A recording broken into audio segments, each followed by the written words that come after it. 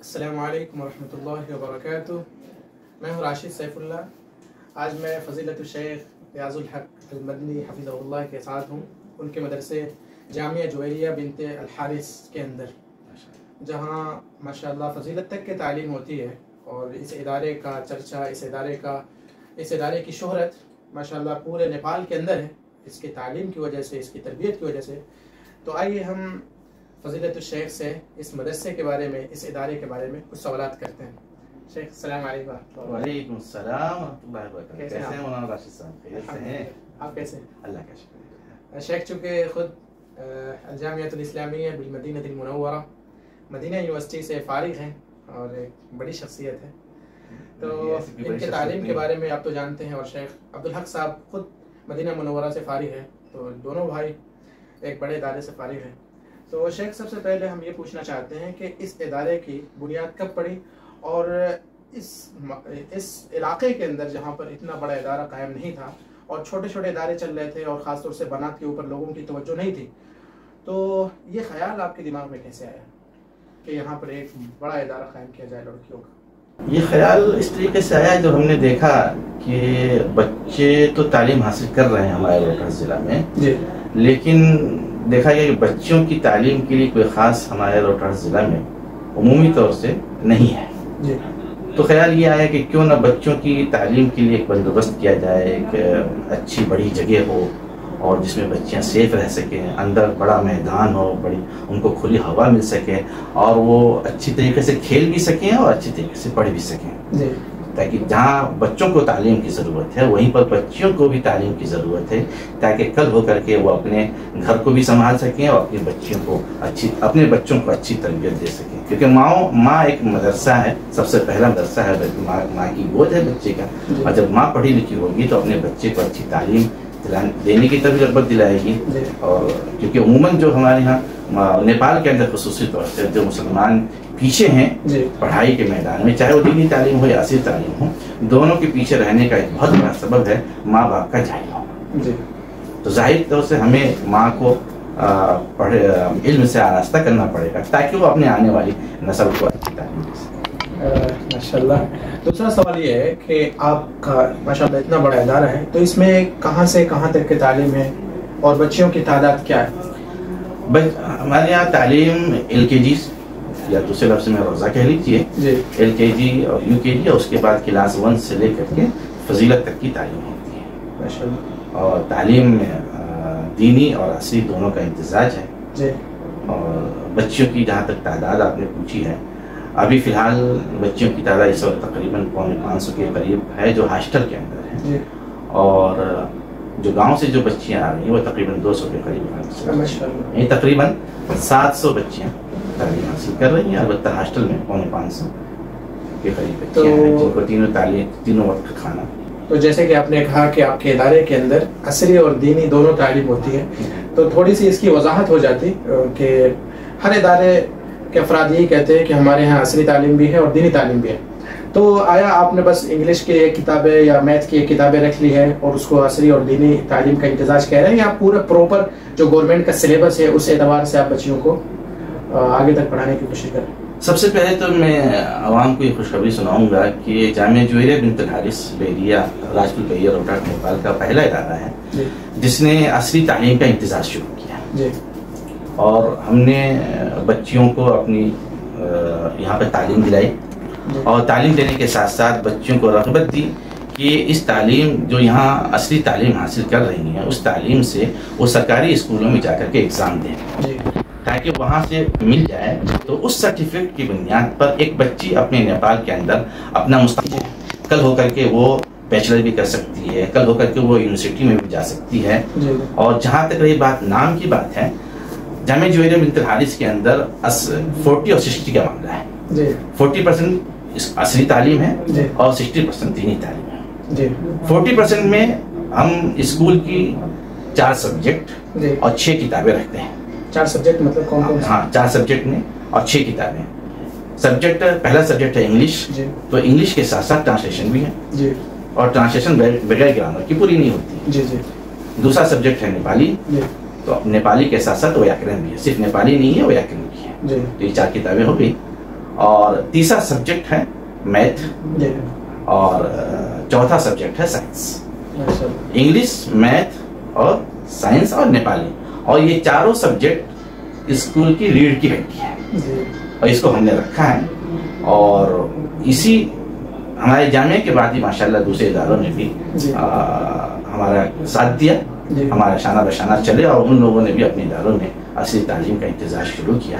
اور صرف یہ کہاوت ہی نہیں ہے، بلکہ ہمارے جامعہ سے تقریباً اس وقت تقریباً کہہ لیجیے کہ 95% بچیاں جو اس لائق ہیں وہ اسکول سے امتحان دے رہی ہیں، سرکاری اسکول سے امتحان دے رہی ہیں اور اچھے نمبر سے پاس ہو رہی ہیں. ابھی اسی سال گاؤں کی ایک بچی ہے، ابھی ہم نے پورے کا ڈاٹا نہیں نکالا لیکن نکالیں گے انشاءاللہ. ابھی اسی سال گاؤں کی ایک بچی ہے واجدہ نصر الحق، جو بحریہ کے اسکول میں SLC میں پہلی پوزیشن اسکول میں لے کر. اچھا، جی، اس ادارے کی بچی ہے. اور 2 سال پہلے ایک اور بچی تھی ترنم نصر اللہ، وہ بھی بحریہ کے اسکول کے اندر پہلی پوزیشن لے کر آئی تھی اور اسکول نے اس کو نوازا بھی تھا، سائیکل وغیرہ کچھ انعامات وغیرہ انہوں نے دیے تھے. یعنی ماشاءاللہ یعنی عصری جو تعلیم دے رہے ہیں وہ بھی پورے منظم. اگر عصری تعلیم صرف کہاوت ہے تو یہ بچیاں اسکول میں جا کر کے اسکول کی بچیوں سے فائٹ کیسے کر رہی ہیں؟ بالکل صحیح.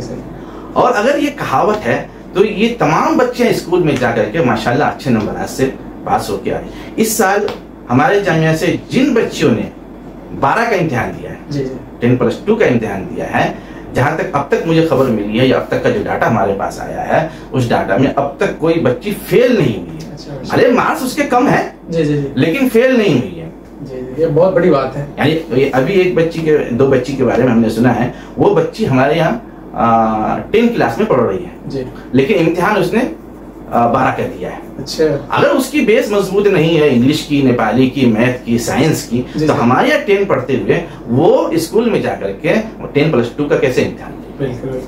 ایک دوسری بچی ہے جو ہمارے یہاں پچھلے سال 9 کلاس پڑھ رہی تھی، اس سال وہ 10 کلاس میں ہے اور اس نے BA کا فرسٹ ایئر کا امتحان دیا ہے. یعنی کچھ دنوں کے بعد وہ BA کے سیکنڈ ایئر میں جائے گی.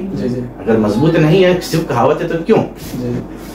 اور اگلا سوال یہ ہے کہ اس ادارے کے اندر تربیت کیا نظام ہے، چونکہ یہ ادارہ جو جامعہ جوہریہ ہے یہ بحریہ سے بالکل باہر ہے اور کھیت کے اندر ہے، تو اس اعتبار سے بھی کچھ والدین ایسے ہیں جن کو سیفٹی کا خطرہ رہتا ہے، تھوڑا سا ڈر ستایا رہتا ہے، تو تھوڑا سا اس بارے میں بتائیں. اور آپ کے ہاں من جملہ جو تربیت کے نظام ہے، کیونکہ اخلاقی اعتبار سے بھی بچیوں کو ان کی تربیت اچھی ہو، ان کی پرورش و پرداخت اچھی ہو، تو اس بارے میں آپ نے کیا پہل کی ہے؟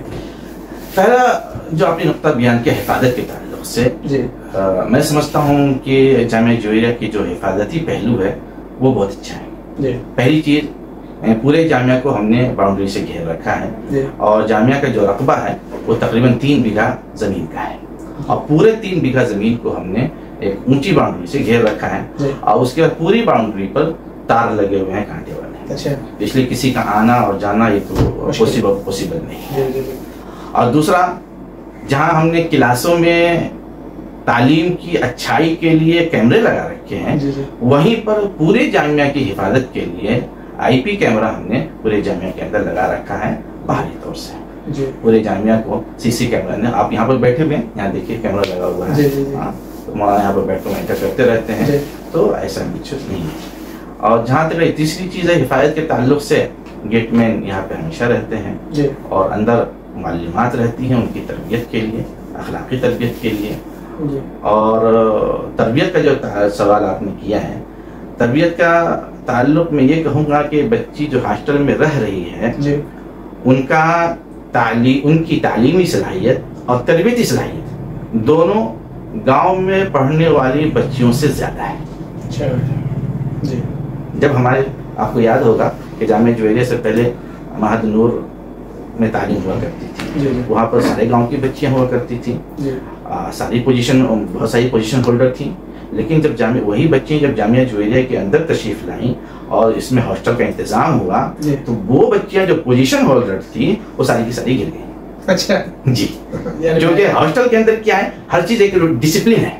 اتنے بجے کھانا کھانا ہے، اتنے بجے نماز پڑھنا ہے، ہر چیز کا کھانے کھانے کا ٹائم، نماز پڑھنے کا ٹائم، سونے کا ٹائم، کھیلنے کا ٹائم، سب الگ الگ ہے. اگر آپ کہیں تو میں صبح سے لے کے شام تک کی روٹین بدلا دوں اگر آپ کو دیر نہ ہو کہیں. شکریہ شکریہ. کیونکہ آپ نے کچھ چیزیں دکھائی ہیں ہم کو آپ اپنی آفس میں, اور اس سے کافی خوشی ہوئی ہے. اور آپ نے تربیت کھیلنے کا وقت بھی خاص ہے, اتنے بجے گھنٹی لگ جانی ہے اور سب کو معلمات سے لے کر کے بچوں کو ہاسٹل خالی کر کے میدان میں آ جانا ہے, اور ہر روم میں ہم نے کھیلنے کے لیے فٹ بال اور چھوٹی والی بال, اسکیپنگ کے لیے رسی, یہ سب دے رکھا ہے. اور شیخ کچھ تلخ سوالات ہیں معذرت کے ساتھ. نہیں بالکل. وہ یہ کہ لوگوں میں یہ مشہور کر دیا گیا ہے یا کسی نے یہ افواہ پھیلائی ہے کہ اس ادارے کے اندر فضیلت تک کی تعلیم ہوتی ہے, ماشاءاللہ اس بات سے خوشی ہوتی ہے, لیکن وہیں پر یہ بھی کہا جاتا ہے کہ جس معیار کے اساتذہ ہونے چاہیے اور ہائر ایجوکیشن جن کے پاس ہو, چاہے وہ انٹر تک کے جو تعلیم آپ دے رہے ہیں +2 تک کے یعنی ماسٹر کے حساب سے ہو یا فضیلت تک کے جو دینی تعلیم دے رہے ہیں, تو اس کے اندر جو معیاری اساتذہ ہونے چاہیے, قابل اساتذہ, وہ اس کا فقدان ہے. تو اس بارے میں آپ کیا کہیں گے؟ دیکھیے, انسان سنی سنائی بات پر عمل نہ کر کے, ادارہ آپ کا ہے, 24 گھنٹے میں ادارے میں ہم لوگ رہتے ہیں, آپ کسی بھی وقت آئیے, اپنے آنکھوں سے خود معائنہ کیجئے, چاہے کھانے کا معاملہ ہو یا تعلیم کا معاملہ ہو, آ کر کے معائنہ کیجئے, پھر حکم لگائیے. جہاں تک اساتذہ کی بات ہے, معیاری اور قابل, سب سے پہلی بات یہ کہ جو بھی استاذ کو ہم رکھتے ہیں, ہم اس استاذ سرٹیفکیٹ کی بنیاد پر ہم فیصلہ نہیں کرتے. ہم انٹرویو لیتے ہیں, انٹرویو کی بنیاد پر وہ استاد یا وہ معلمہ جس کلاس کے لائق ہوتی ہے ان کو اسی کلاس کی گھنٹی دیتے ہیں. مان لیے ایک بچی ایک معلمہ ہے جو فضیلت تک کی تعلیم کسی بھی ادارے سے کر آئی ہے, لیکن یہاں پہ انٹرویو کی بنیاد پر وہ بچی یا وہ معلمہ صرف 2 کلاس تک پڑھا سکتی ہے, تو ان کو ہم 1 کلاس تک کی گھنٹی دیں گے, 3 کلاس کی گھنٹی کبھی نہیں دے سکتے. تو قابل اساتذہ ہیں. اب وہ جو استاد ہے جو فضیلت تک کی تعلیم حاصل کر کے آئی ہے, لیکن ہمارے وہ اس لائق نہیں ہے کہ وہ 6 تک کی عالمیت میں تعلیم دے, لیکن وہ لائق ہے 1 کلاس کے لیے, لائق ہے UKG کے لیے, لائق ہے LKG کے لیے. تو ہمارے اساتذہ کلاس کے اعتبار سے سارے اساتذہ, ساری معلمات قابل ہیں اور معیاری ہیں. اگر قابل اور معیاری نہیں ہے, شیخ راشد صاحب آپ تو یہ اچھی طرح جانتے ہوں گے کہ جب ایک بچی کسی دوسرے ادارے میں جاتی ہے داخلہ لینے کے لیے, اس وقت انٹرویو لیا جاتا ہے, اور انٹرویو کے بیس پر اس کی کلاس فکس کی جاتی ہے. الحمدللہ جامعہ جویریہ کی بچیوں کا یہ کیا کہہ سکتے ہیں, یہ شان ہے کہ اس ادارے کو چھوڑ کر جس ادارے میں بھی گئی ہے داخلہ لینے کے لیے, اس کا داخلہ اس کی مطلوبہ جماعت سے اوپر ہوا ہے.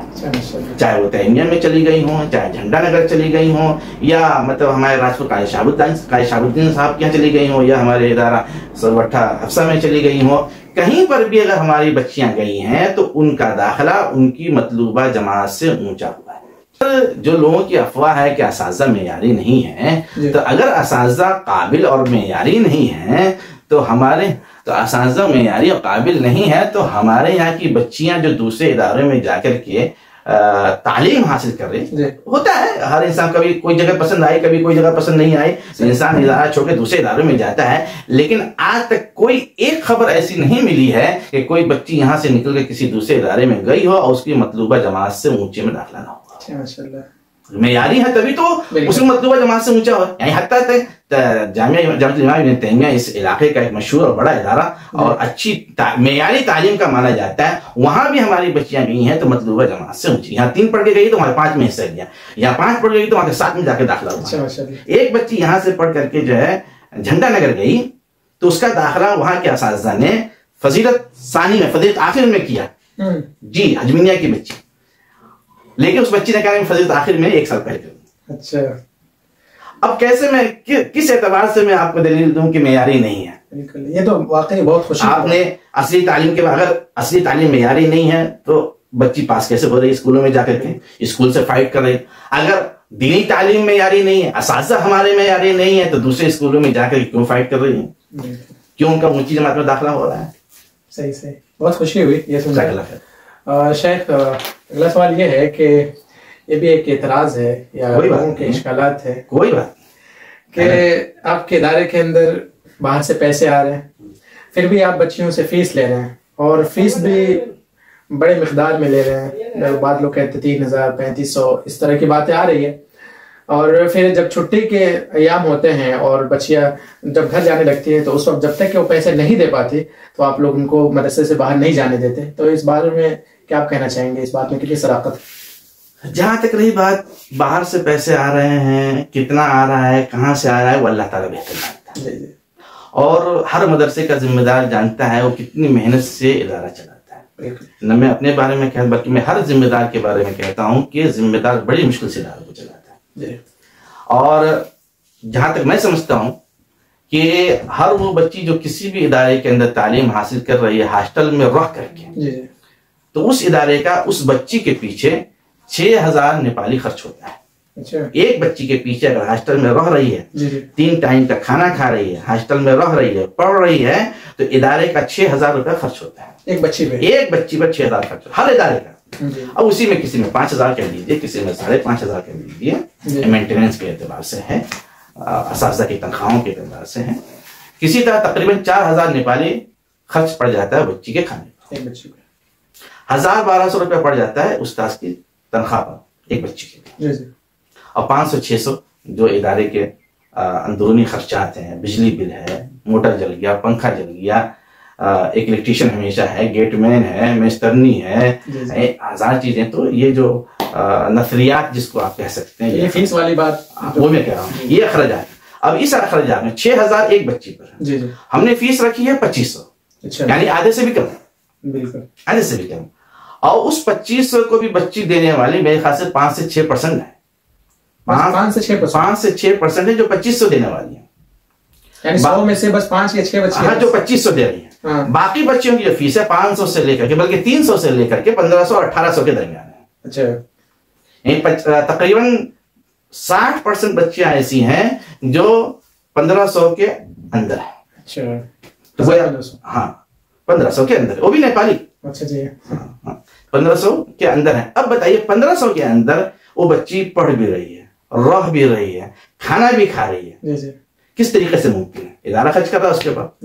اب رہی بات جو آپ نے اعتراض کیا، لوگ اعتراض کرتے ہیں کہ مدرسے سے جانے نہیں دیتے ہیں.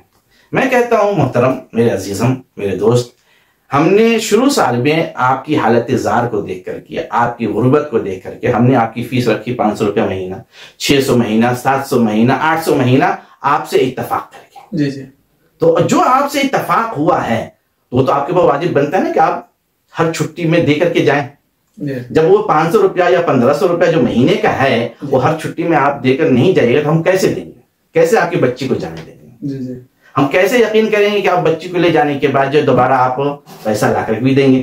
کیونکہ اس ادارے کے ساتھ بہت سارے لوگوں نے دھوکہ دیا ہے. سفارش کی بنیاد پر، محبت کی بنیاد پر چھوڑ دیا تھی کہ جائیے لے کر کے بعد میں دے دیجیے گا. وعدہ کیا، وعدے میں رہ گیا.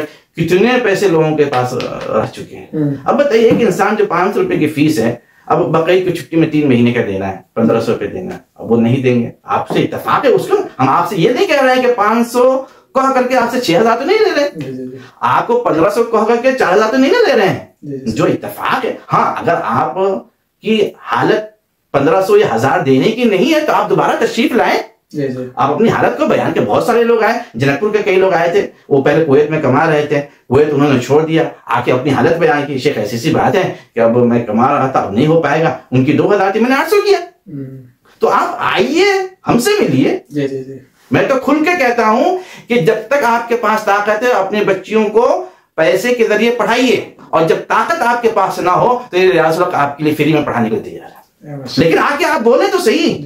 آپ باہر کیوں؟ آپ آئیں میرے پاس، آپ کہیں کہ میرے پاس طاقت نہیں ہے، 1 روپیہ بھی دینے کے تیار نہیں، میں 0 بیلنس سے پڑھاؤں گا. ماشاءاللہ، یہ بہت بڑی بات کہہ. لیکن آپ آ کے کہیں تو صحیح.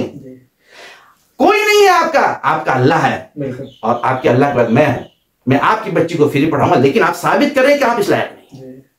چونکہ اور ایک چیز اور بتا دوں، اس ادارے کے اندر جہاں اتنے بچیاں ہیں، وہیں پر 120 یتیم بچیاں بھی ہیں جن سے ہم کچھ نہیں لیتے. 120 بچیاں، 120 یتیم بچیاں. ان پوری بچیوں کے نہ خوراکی فیس ہے، نہ داخلہ فیس ہے، حتیٰ کہ کتاب بھی ہم ان کو دیتے ہیں.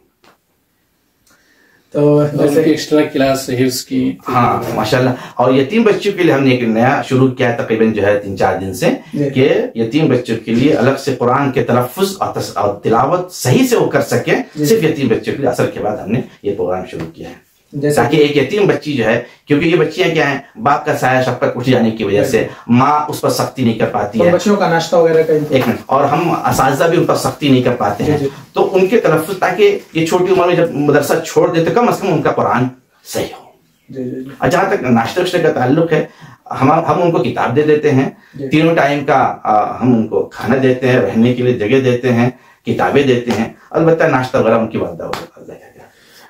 تو پہلے ہم ناشتہ بھی دیا کرتے تھے لیکن ابھی حالات ایسے نہیں ہیں جی, چونکہ قلت وقت مانے ہیں. دل تو کر رہا تھا تو سنتے رہے اور ساری تفصیلات بتاتے رہے. شیخ, آخر سوال یہ ہے, وہ یہ کہ ایک عرصے کے بعد میں اس ادارے کے اندر قدم رکھا ہوں اور میں نے دیکھا کہ جو ہاسٹل ہے وہ تو ماشاءاللہ کمپلیٹ ہو چکا ہے, اور اس میں بچیاں رہ بھی رہی ہے, ساری فیسلٹیز ہے, لیکن جو کلاسز بن رہے ہیں اس کا کام ادھورا ہے, پلستر نہیں ہے اور اوپر کا کام بھی باقی ہے.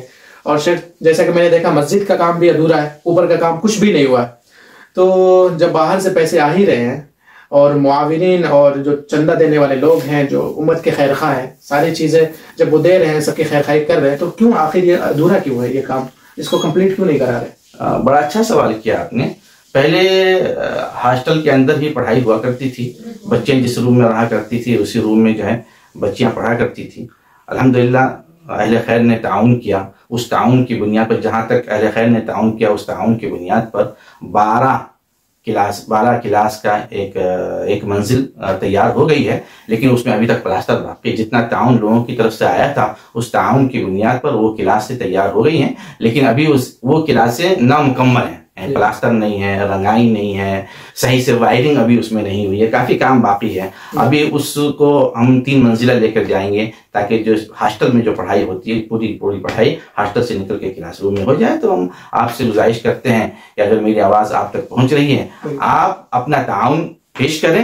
یہ جتنا ادارہ جو تصویریں آپ دیکھ رہے ہیں وہ سارا کا سارا آپ ہی لوگوں کی تعاون سے تو ہے, آپ ہی نے دیا ہے تو یہاں تک پہنچا ہے, پھر دیں گے, پھر وہ آگے تک پہنچے گا. یہ کام اگر رکا ہوا ہے تو صرف آپ کی وجہ سے رکا ہوا ہے, آپ دیں تو یہ پھر تیار ہونے لگے گا. اور جہاں تک مسجد کی آپ نے بات کی ہے, میں سمجھتا ہوں مسجد کے نیچے جو بیسمنٹ آپ نے دیکھا ہے وہ میں سمجھتا ہوں کہ نیپال کے اندر ایک مضبوط اس کا بیسمنٹ ہے اور مضبوط طریقے سے اس کو بنایا گیا ہے. اس کا پلر آپ نے دیکھا ہوگا تو کسی پل سے کم نہیں ہوگا. جی, تو اتنا مضبوط ہم نے اس کو بنایا ہے کہ اگر 10-15 منزل بھی اس پر کھڑی ہو جائے تو وہ ہلنے والی نہیں ہے, رب کی قدرت سے انشاءاللہ. اور مسجد کی کمی ہے, بچیاں پیسج میں نمازیں پڑھتی ہیں, انشاءاللہ آپ کا تعاون رہے گا تو مسجد بھی تیار ہو جائے گی. مسجد بڑی ہے, 100 بائی 100 اس کا ایریا ہے, اور 100 بائی 100 کا ایریا کی مسجد بنانے کے لیے کتنے تعاون کی ضرورت ہو سکتی ہے آپ بہتر سمجھتے ہیں, کیونکہ وہ مسجد 100 بائی 100 کی ہے, وہ اس میں 1500 بچیاں بیک وقت نماز پڑھ سکتی ہیں, کیونکہ جامعہ جوہریہ کا جو مستقبل منصوبہ ہے وہ ہے کہ 1500 سے 2000 بچیاں ہاسٹل میں رہیں. تو جیسے کہ آپ نے شیخ کی ساری باتیں سنی, پوری تفصیلات انہوں نے بیان کر دی ہے, امید کہ آپ کے سارے اعتراضات, سارے اشکالات اور جو آپ کے الزامات تھے وہ ختم ہو گئے ہوں گے, آپ کا دل بھی صاف ہو گیا ہوگا. تو آپ اس ادارے کے اندر آئیں اور دیکھیں, چونکہ اس ادارے نے بہت ہی مختصر وقت میں, انتہائی قلیل عرصے میں 2017 کے اندر اس ادارے کی بنیاد پڑی اور آج فضیلت تک کی تعلیم ہو رہی ہے. اور جیسے کہ شیخ نے کہا کہ یہاں کی لڑکیاں +2 کے اندر اسکولوں میں فائٹ کر رہی ہے اور اچھی پوزیشن لا رہی ہے. تو آپ لوگ اس ادارے کا وزٹ کریں, یہاں آئے, یہاں دیکھیں, شیخ سے ملاقات کریں اور ساری تفصیلات آپ جانیں اور اس ادارے کا سپورٹ کریں.